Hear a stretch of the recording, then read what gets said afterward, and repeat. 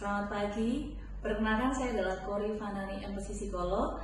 Saya merupakan salah satu dosen psikologi yang ada di Stikes Kepanjen. Kebetulan saya ada di homebase D3 Keperawatan.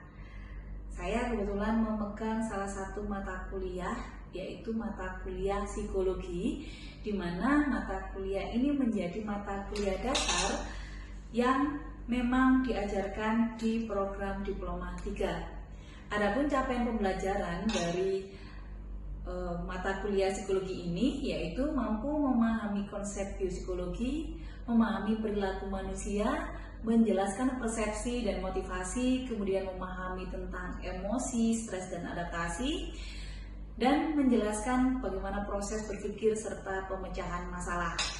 Adapun deskripsi singkat, mata kuliah ini membahas tentang konsep biopsikologi dengan berbagai jabaran terkait dengan perilaku, proses sensorik motorik, kemudian persepsi, stres, proses berpikir, serta pemecahan masalah, sekaligus gangguan perilaku sebagai dasar pemahaman terhadap manusia sebagai klien di dalam asuhan keperawatan.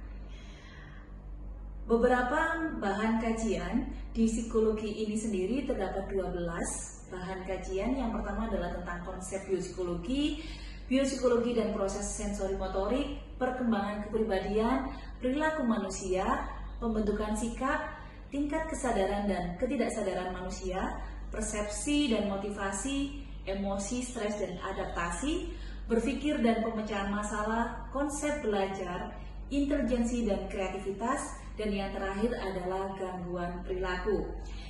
Adapun bentuk pembelajaran yang kita lakukan itu ada dua, yaitu ada luring atau offline yang kita lakukan di dalam kelas, kemudian kita juga melakukan dengan tahap atau bentuk pembelajaran daring atau online. Kita biasanya menggunakan e-learning yang ada di Stikes. Dan aspek penilaiannya kita ada dua, yaitu dari tes dan non-tes. Tes ini biasanya bentuknya dalam multiple choice, di mana kita berikan pada waktu kuis, ujian akhir semester maupun ujian tengah semester. Kemudian yang non-tes ini kita biasanya menilai sikap pada waktu perkuliahan berlangsung, penugasan, dan keaktifan selama perkuliahan. Adapun asesmen yang kita lakukan biasanya tidak hanya di saat perkuliahan berlangsung, tetapi ini adalah sebuah kesatuan selama proses pembelajaran mata kuliah psikologi, di mana bentuk penilaian ini biasanya sudah kita menjadi kesepakatan antara dosen dan mahasiswa di awal kontrak perkuliahan dengan mahasiswa. Sekian deskripsi diri dan dari mata kuliah yang saya ampu. Selanjutnya kita menuju pembelajaran yang ada di kelas. Terima kasih. Oke, assalamualaikum warahmatullahi wabarakatuh. Waalaikumsalam warahmatullahi wabarakatuh. Selamat pagi. Semoga kita dalam kondisi sehat ya. Hari ini pertemuan ini saya akan membahas tentang kepribadian manusia. Kenapa ini perlu dibahas? Karena biar kita tahu kepribadian manusia itu seperti apa, termasuk kepribadian kalian sendiri. Udah tahu nggak kepribadian kalian seperti apa? Sudah. Ya udah, berarti pasti bisa jawab ya. Oke, secara teoritis ada yang tahu nggak kepribadian itu apa? Silakan angkat tangan. Katanya sudah, yuk. Boleh? Kali? Yang kamu tahu? Oh ya, Rosi, silakan Rosi. Kepribadian manusia itu bagaimana seorang individu untuk tampil dan menimbulkan kesan bagi individu lain. Oke, ada yang lain? Jawaban lain? Angkat tangan dulu dong. Apa?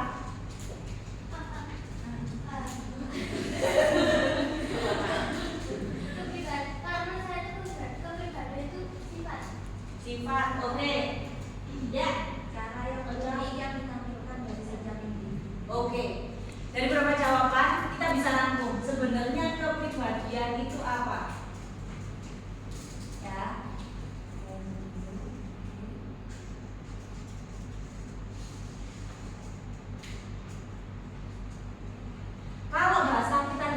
segi bahasa, kepribadian itu persona atau topeng.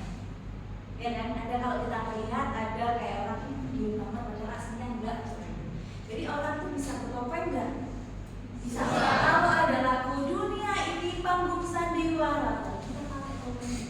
Diibaratkan kita itu sebagai pemain sandiwara yang memainkan perannya. Kita perannya jadi siapa? Jadi si A, si B, si C, atau si D, kayak gitu. Jadi ini menimbulkan apa? Oh pribadi, oh Bogor itu kayak apa? Galia kayak apa? Ataupun yang lain, ya. Jadi sesuai dengan topeng yang dikenakan. Nah, kalau beberapa ahli ini menyatakan bahwa kepribadian adalah bagaimana individu tampil dan menimbulkan kesan seperti yang tadi dibilang oleh Rosi. Ya, jadi menimbulkan kesannya kayak apa? Oh, dia ini kok keras anaknya ya. Oh, dia kok orang yang tipe pragmatis. Oh, dia kok manisan. Oh, dia kok tipe yang ceria sekali. Lah, itu juga menimbulkan kesan. Kesan dari mana? Dari apa yang kita tampilkan. Oke, next ya.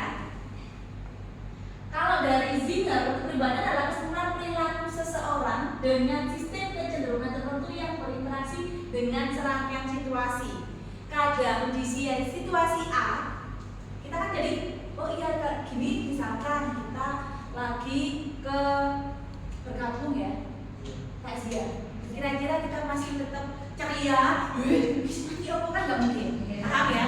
Jadi kalau misalkan kita takziah, kita berarti menunjukkan sikap berduka. Kalau kita misalkan lagi di pesta ulang tahun, bahagia. Jadi sesuai dengan situasi nggak? Sesuai.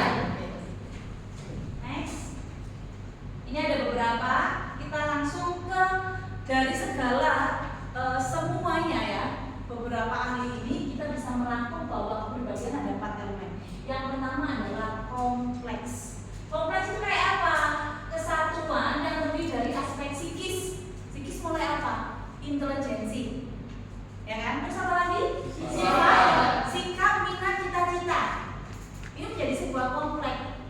Oh, kepribadiannya dia seperti pragmatis bisa, tapi dia cita-citanya jadi profesi yang lain. Bisa nggak ini berubah? Karena kompleks dan semua itu akan saling mempengaruhi.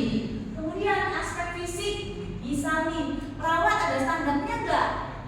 Ada. Tingginya kalau terlalu kecil, kalau udah dapet pasien kira-kira nggak siap. Takutnya malah dia yang diglender ya. Oke. Unik yang kedua. Kenapa manusia itu unik? Karena setiap manusia berbeda. Iya, setiap manusia itu pasti berbeda.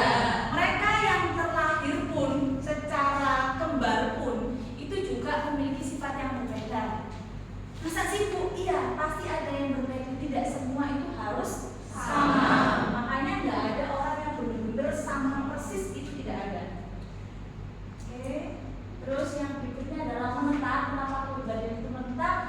Bersifat dinamis, artinya selalu mengalami perubahan. Misal kita bertumbuh dari mulai anak-anak, remaja, dewasa, lansia. Kira-kira berkembang nggak? Dia tumbuh nggak? Tumbuh. Kira-kira kalau kita sekarang masih kecil nangisan nih cengeng. Nanti usia remaja, masa sih cengengnya kuantitasnya sama kayak yang waktu kecil? Tidak. Berubah pastinya. Katanya nangis tahan, sabar, kayak itu nangis. Tapi di saat kondisi tertentu boleh nggak nangis? Boleh. Tapi tidak sesering satu anak. Misalkan pas anak-anak tantrum, dewasa, masa tiap hari mau tantrum? Kayaknya dia lebih bisa untuk mengontrol dirinya. Next, pola. Kepribadian berfungsi sebagai pola untuk mengatur tingkah laku. Ya, kenapa mengatur tingkah laku? Ada yang tahu? Sudah jelaskan belum?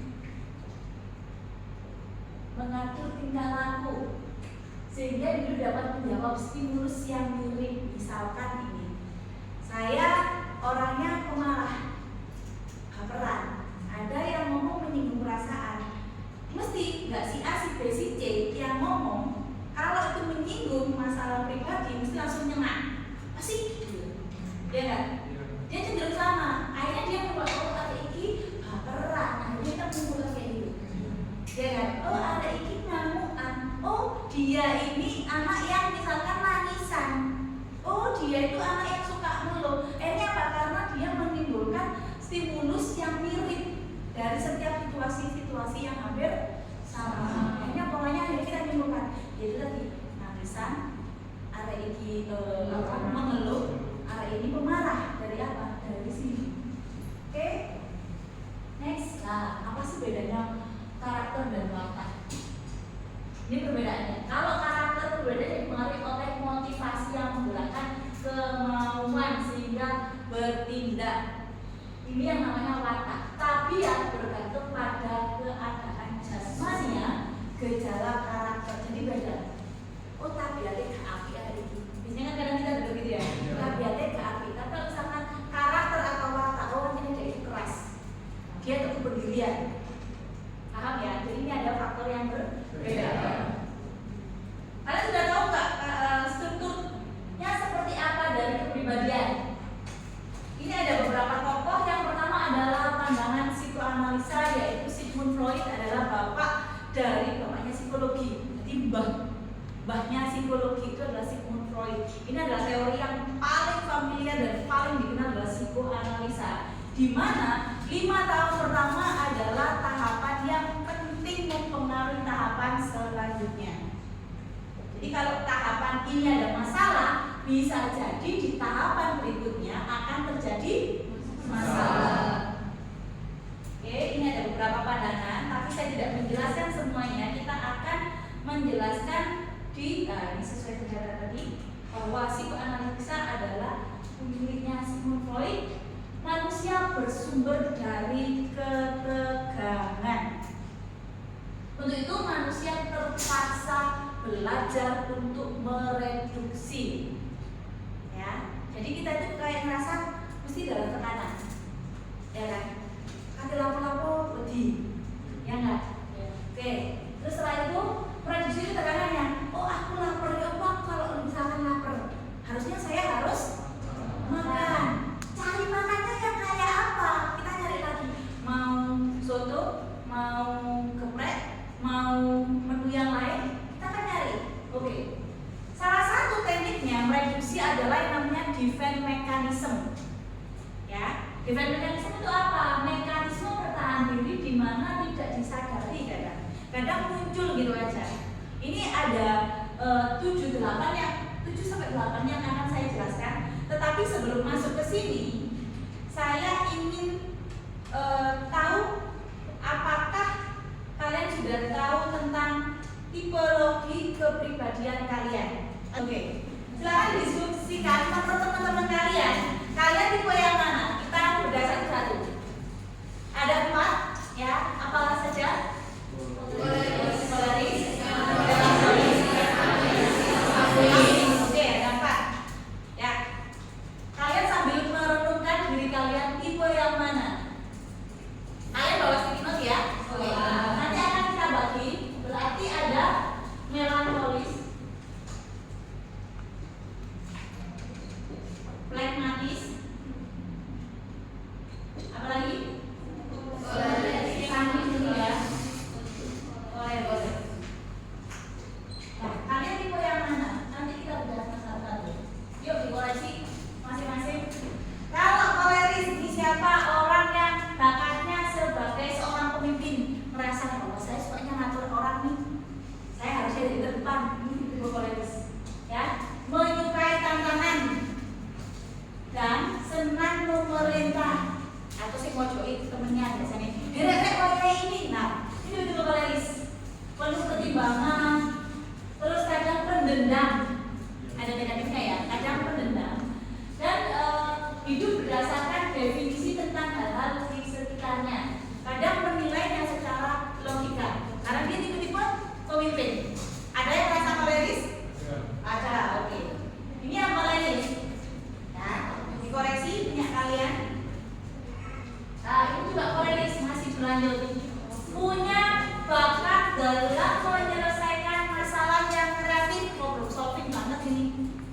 Orangnya gak hanya sekedar nyuruh, tapi dia mampu memberikan solusi.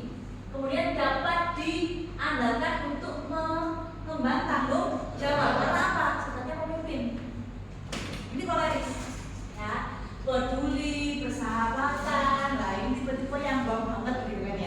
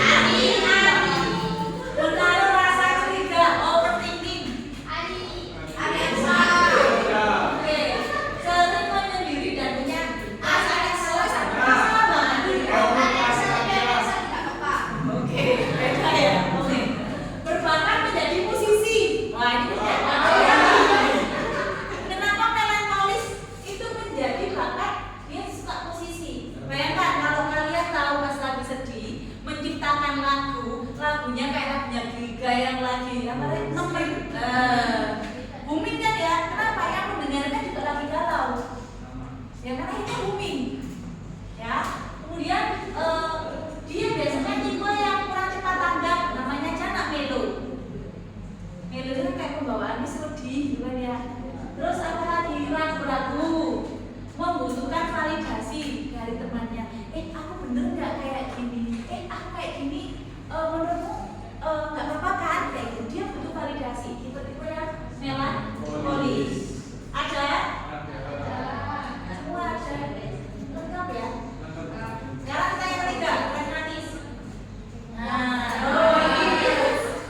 ada. Ini yang pemalas ya. Pemalas. Tenang, gitu ya. Tenang, mudah bergaul ini biasanya, ya. Mudah bergaul, tapi dia sering pendiam. Jadi semuanya heboh, dia agak-agak ikut sih, tapi ya lebih dari ya dia cenderung menyembunyikan emosinya. Kayaknya flat aja. Dia gembira, kamu senang? Senang. Kamu sedih? Ya sedih sih. Tapi cocok aja. Itu manis. Nah, biasanya anak-anak karena setenang itu, jadi dia itu tipe-tipe yang jadi penengah. Akhirnya raya ojo ngono. Wis tak coba dikira mana. Semangat ya. Ojo emosi, tenang. Ya kan ini akan jadi ini ya. 4 ini pasti ada beberapa yang di kita. Cuman yang lebih dominan di diri kita itu yang mana? Dari keempat kategori ini. Ini yang tipe penenang ya. Tenang.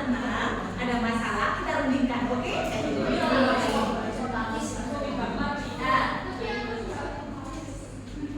Nah, gitu. Ini konon katanya kesabaran dan kebijaksanaan pribadi ini memang dinilai oleh kawan lawan jenisnya, tapi mereka tidak berkali bakat memimpin. Anak-anak kayak ini meskipun penengah, dia kan bukan seperti tadi pemimpin apa? Koleris. Dia nggak jadi pemimpin, cuman penengah. Penasehat ini biasanya. Ya.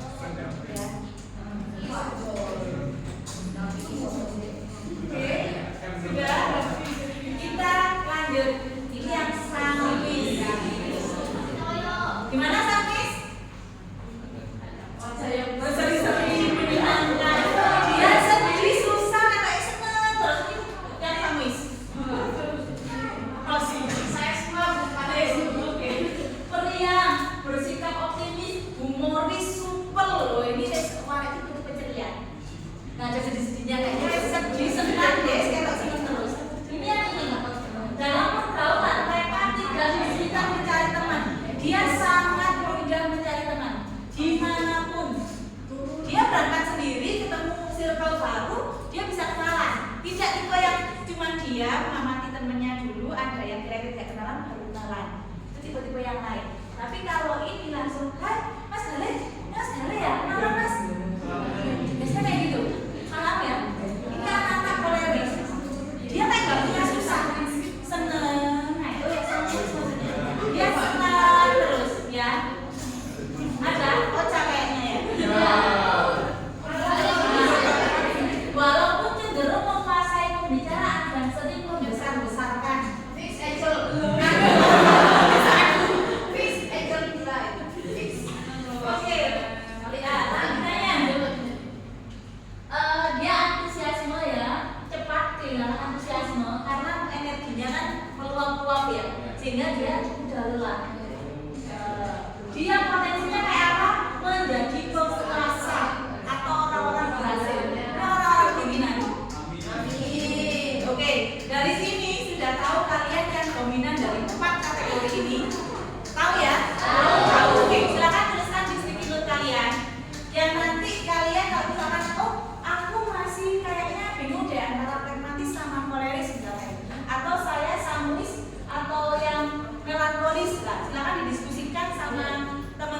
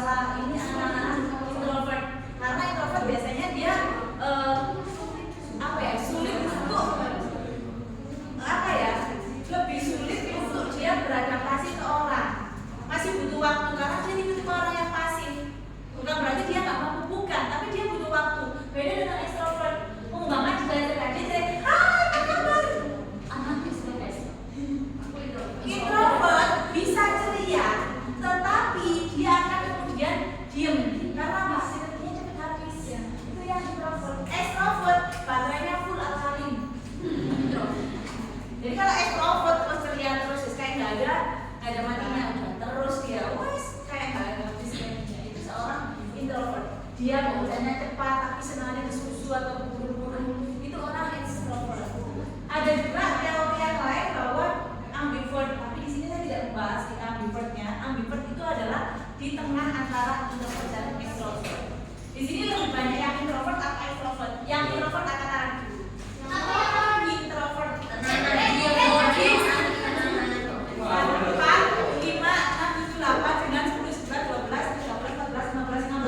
16 ya introvert ya. Yang extrovert berapa?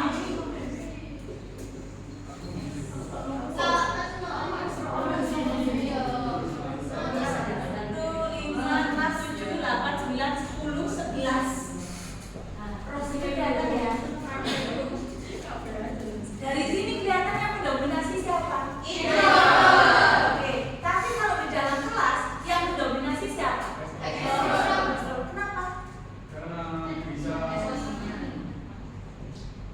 mengajak temannya gitu. Mengajak temannya. Yang lain yang extrovert? Yang tadi yang extrovert atau Bisa mencairkan situasi. mencairkan situasi, yuk membuat kegaduhan. Situasi extrovert Energinya banyak. Oke, sekarang saya tanya sama yang introvert, kalian keberadaan extrovert cukup membuat kalian bersemangat atau malah bikin melihatnya aja capek? Semangat. Yang lain? Apa sih semangat. Oke, berarti ternyata semua itu orang punya tugas masing-masing. Kalau introvert semua kelas sepi, krik gitu kan ya, diam semua, kata-kata gitu kan ya. Itu kalau di introvert. Tapi kalau di extrovert ada sisi extrovert, kelas itu seru apa? Pasti ada yang bikin gaduh, yang bikin running, yang bikin suasana ceria. Ini sih orang extrovert. Bukan berarti extrovert ini tidak pernah sedih ya, mereka sama juga sedih, cuman mereka pintar berpura-pura seakan baik-baik saja. Nah, kalian seperti itu? Ya, bisa jadi. Ya, jadi. Oke, untuk selanjutnya tentang bagaimana perkembangan manusia secara keseluruhan kita akan bahas di minggu depan. Hari ini bisa kita simpulkan bahwa berapa tipe kepribadian? 4. Boleh apa aja?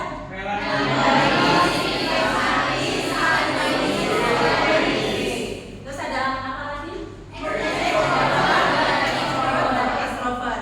Kemudian apa yang menjadi 4 kesimpulan bahwa kepribadian manusia itu terdiri dari kompleks, unik, menetap, dan pola. Oke. Ada pertanyaan? Tidak. Kalau tidak, kita ketemu minggu depan. Bisa kita akhiri ya. Kita akan membahas perkembangan manusia dan defense mechanism menurut Sigmund Freud. Saya akhiri, cukup sekian. Terima kasih atas perhatiannya. Sampai jumpa minggu depan.